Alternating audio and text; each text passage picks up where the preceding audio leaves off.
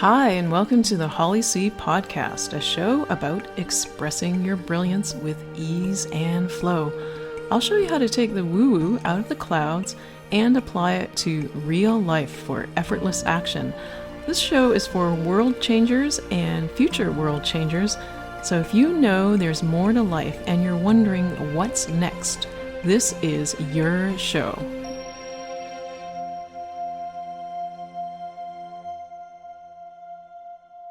Hi, I'm Holly, your host. I'm a speaker, author, teacher of wellness, vitality, and spirituality, and also a dragon spirit guide. Last week's episode was about figuring out what your soul calling was, and I shared some nuts and bolts, practical information on actually figuring out and following your soul's calling. Now, we ended that episode with a message from the universe, which was, it becomes easier to follow your soul's calling. You have the path laid out in front of you. It's a lot more clear. It's illuminated for you when you get better at hearing your dragon spirit. So dragon spirit is your inner guidance. It is that voice within that craves adventure, exploration, and growth. And it very conveniently knows the most expansive answers to your deepest questions. Most people find it hard, though, to listen to their dragon spirit because there's too much monkey chatter in the mind. So sometimes you might be going, was that my head talking? Or was that the universe sharing something with me? So today's episode is about getting clarity. How do you better listen to your dragon spirit? And I'm getting directed to do more nuts and bolts here, and to share 3 ways you can better hear your dragon spirit, hear your own inner guidance. All right, number 1 is practice. Practice listening to it. But in terms of practicing and listening, here's the key. You can't just hear it. You actually have to follow through on what you're hearing. Because when you hear a message and you don't follow through, what you're practicing is you're practicing ignoring your inner guidance. So guess what? It becomes harder to hear because you're good at ignoring it. So what I mean by this is like when you get a funny feeling about a person. For example, maybe you should actually go up to and talk to them, or quite the opposite. Maybe you should cross the road and avoid them. Now, our minds, though, will overrule these feelings, this little nudge from the universe. So if you're getting the feeling you should talk to someone, but you don't, your mind is going, well, this person's a stranger. They're going to think I'm weird. I'm not going to do this. Or if it's someone that you should avoid, you get this unsettled feeling and your mind is like, well, it's just a person walking there. I don't want them to think that I'm deliberately crossing the road to avoid them. That's kind of rude and impolite. And it turns out your gut feeling was right. I remember going to a self-defense class taught at a Krav Maga school, and it was taught by this guy with decades of experience in martial arts, and he was totally not into woo-woo stuff at all.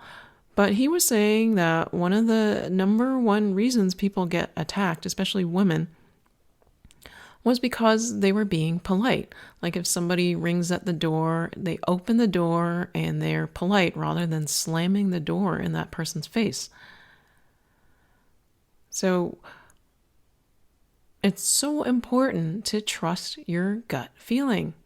Now, that's an extreme example in terms of self-defense, but there are probably things going through your mind right now when I talk about things that you've been thinking of for a while that you haven't acted upon. Maybe it's set up a website. Maybe it's to call somebody, reach out and make a connection someone that you met at a networking event but you haven't followed through on. Maybe it's about your diet, something that you need to cut from your diet or reduce. Maybe it's about getting more exercise.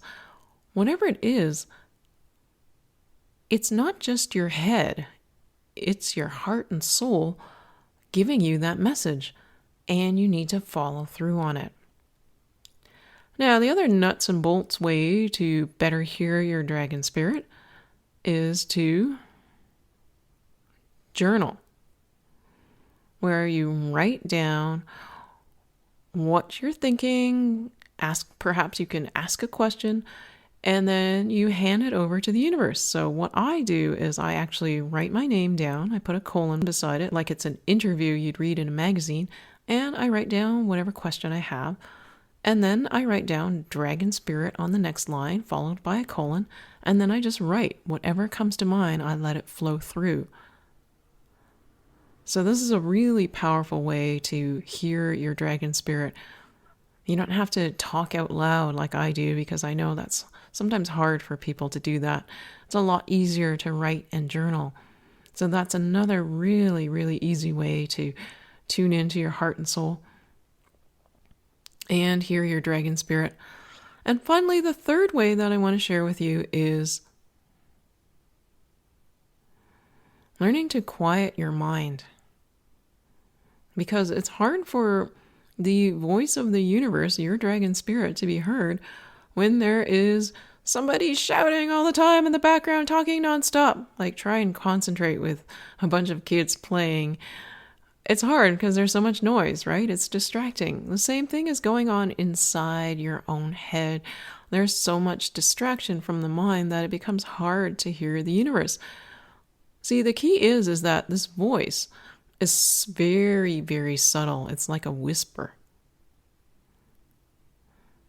It's not a loud shouting voice. I've personally only experienced that maybe once or twice in my life, when there was some sort of imminent danger or really going off in the wrong direction. But in terms of day-to-day guidance, this voice of the universe, my dragon spirit, it's a whisper. It's a tiny little whisper.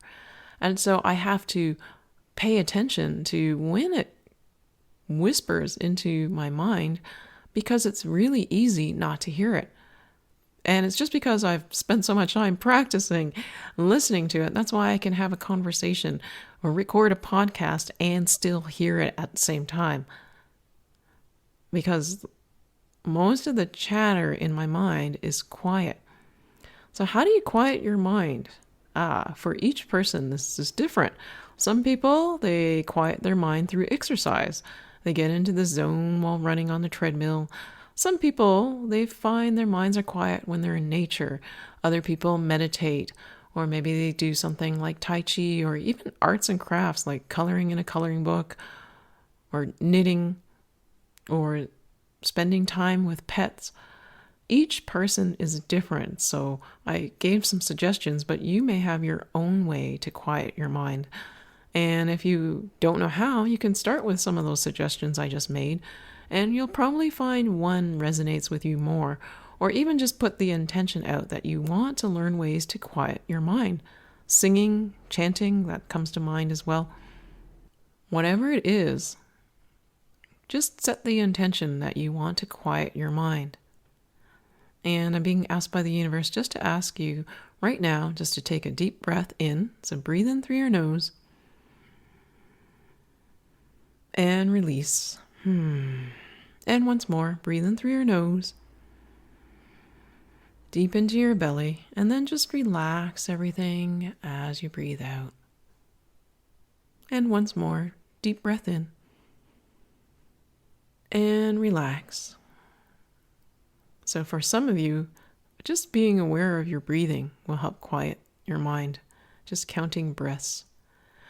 And on that note, we are at the end of this podcast episode.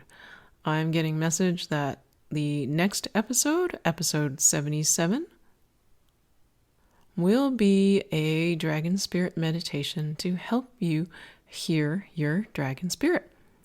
So that'll be coming out next week, because a new episode of the Holly C Show, Express Your Brilliance with Ease and Flow, is released every Monday morning until we get to episode 84. And what happens at episode 84? I don't know. I'm still listening to the universe, to my dragon spirit, to find out. All I know is that I've been directed to stop podcasting in this shape and form when we get to episode 84. But you will be able to continue to listen to every episode ever recorded on my website at www.hollyc.com. And while you're there, if you're interested in staying in touch and knowing what happens after episode 84, I'd recommend signing up for my weekly wisdom newsletter. That I know I will be continuing after the podcast episode 84. And what I do is at the start of the week, on Monday, I tune into my dragon spirit to get guidance on a message to share with the newsletter subscribers. This will be a message to help guide and support you for the week. And I hear from newsletter subscribers all the time about how the message they received that landed in their inbox that day was the perfect message that they needed to hear. And that's how the universe works. It's this amazing interconnection where it whispers in my ear to share something valuable with you for the week. So I look forward to reconnecting with you again, and I hope you have an awesome, amazing week. Practice listening to your dragon spirit. Bye for now.